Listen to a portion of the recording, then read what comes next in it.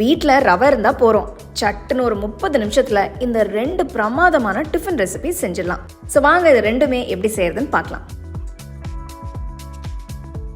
இந்த ரெசிபி செய்ய தேவையான இன்க்ரீடியன்ஸ் எல்லாம் இங்கே ரெடியாக எடுத்து வச்சுருக்கேன். ஒரு பெரிய பவுலில் 1 கப் அளவுக்கு ரவை எடுத்துக்கலாம். இது 250 ml கப். இது கூட 1/2 கப் அளவுக்கு அவல் எடுத்து 2-3 தடவை கழுவி கொஞ்ச நேரம் தண்ணியில் ஊற வச்சு சேர்த்துக்கலாம். பாருங்க, அவல் நல்லா சாஃப்டாக இருக்குது.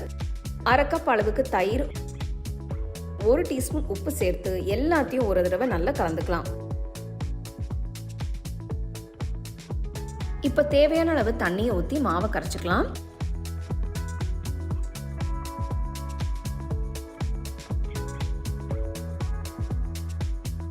மாவு கொஞ்சம் கெட்டியாக இருந்தால் இன்னும் கொஞ்சம் தண்ணி ஊற்றி கரைச்சிக்கோங்க.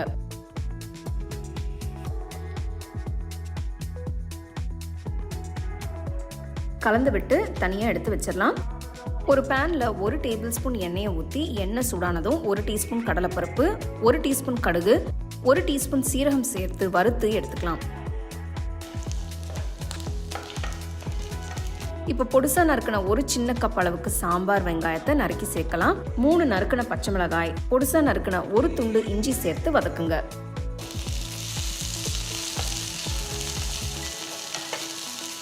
இது கூட கொஞ்சம் ஃப்ரெஷ்ஷான கருவேப்பிலை, 1/4 டீஸ்பூன் உப்பு, கொஞ்சம் பெருங்காயத்தூள் சேர்த்து நல்லா மிக்ஸ் பண்ணிக்கலாம். இப்போ ஸ்டோவை ஆஃப் பண்ணிட்டு துருவி வச்ச 2 கேரட் சேர்த்து ஒரு தடவை கலந்து விட்டு தாளிப்பை வேற போலுக்கு மாற்றி வச்சிருங்க.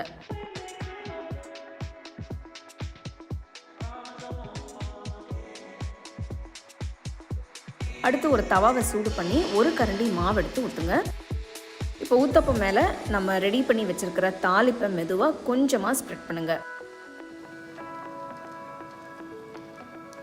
மேலே கொஞ்சமாக ஃப்ரெஷ்ஷான கொத்தமல்லியை நறுக்கி சேர்க்கலாம். சுற்றி கொஞ்சம் நெய் ஊற்றுறேன். உங்களுக்கு நெய் வேண்டாம்னா நீங்கள் எண்ணெய் கூட யூஸ் பண்ணிக்கலாம். ஒரு மூடி வச்சு ஊத்தப்பத்தை மூடி வைங்க. 1 நிமிஷம் ஆனதும் ஊத்தப்பமை திருப்பி போட்டு வேக விடுங்க.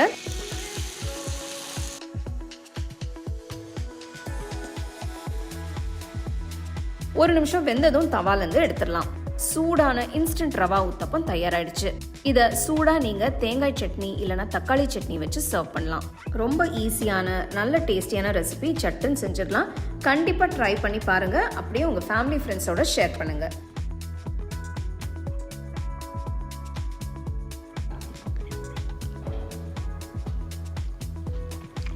ஊத்தாப்பம் நல்லா சூடாக போட்டு கொடுத்தீங்கன்னா ஈஸியாக ஒரு 4-5 சாப்பிடுவாங்க.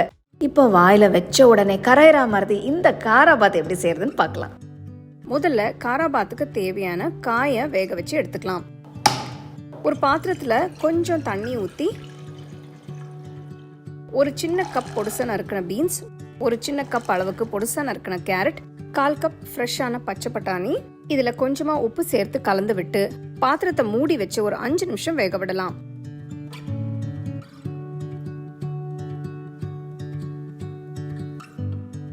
5 நிமிஷம் வெந்ததும் ஸ்டோவை ஆஃப் பண்ணிட்டு தண்ணியை வடிச்சிட்டு காயை மட்டும் தனியாக எடுத்து வச்சுக்கலாம். காயை வேக வச்ச தண்ணியை எடுத்து வச்சிருக்கேன். காராபாத் செய்ய நம்ம இந்த வெஜிடபிள் ஸ்டாக்கை யூஸ் பண்ணிக்கலாம். ஒரு அகலமான கடாயில் 3 டேபிள் ஸ்பூன் எண்ணெய், 1 டேபிள் ஸ்பூன் நெய் ஊற்றி எண்ணெய் சூடானதும் 1 டீஸ்பூன் கடலைப்பருப்பு, கொஞ்சம் முந்திரி பருப்பு சேர்த்து வறுத்துக்கலாம்.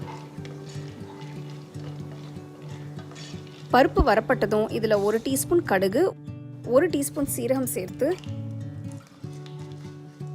கடுகு பொரிஞ்சதும் பொடிசா நறுக்கின 1 பெரிய வெங்காயம், கீறின 3 பச்சை மிளகாய், 1 துண்டு பொடிசா நறுக்கின இஞ்சி சேர்த்து கலந்து விடுங்க.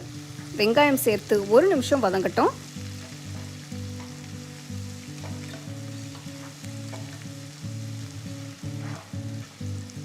ஒரு கப் அளவுக்கு ரவை சேர்த்து ஸ்டோவை மீடியம் ஃப்ளேம்லேயே வச்சு ரவை 2-3 நிமிஷத்துக்கு நல்லா ரோஸ்ட் பண்ணுங்க.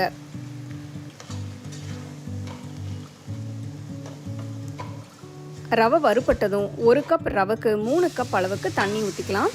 நம்ம கிட்ட காய் வேக வச்ச தண்ணி 1.5 கப் அளவுக்கு இருக்கு. அதையும் சேர்த்துட்டு இன்னொரு 1.5 கப் தண்ணி ஊற்றிக்கலாம்.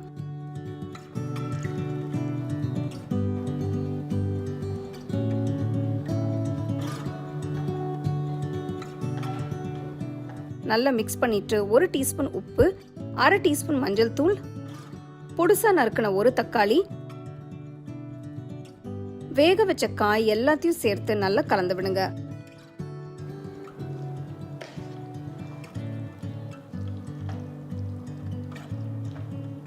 கடாயை மூடி ஸ்டோவை மீடியம் ஃப்ளேம்ல வச்சு ஒரு 5 நிமிஷம் வேக விடுங்க.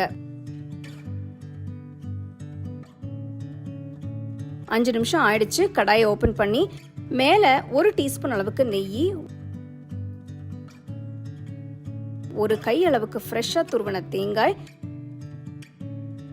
ஃப்ரெஷ்ஷான கருவேப்பிலை, நறுக்கின கொத்தமல்லி சேர்த்து நல்லா மிக்ஸ் பண்ணுங்க. கடைசியா நெய் சேர்க்கறது ஆப்ஷனல் தான். நெய் சேர்க்கறதால காராபாத்துக்கு ஒரு நல்ல ஃப்ளேவர் கிடைக்கும். டேஸ்டான காராபாத் தயாராயிடுச்சு.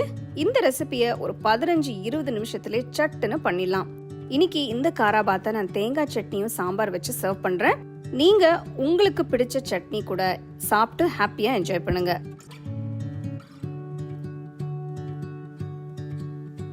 ரெண்டு பிரமாதமான ரவா ரெசிபிஸ் பார்த்தீங்க. ஸோ ரொம்ப யோசிக்காம டிஃபனுக்கு இந்த மாதிரி செஞ்சு கொடுங்க.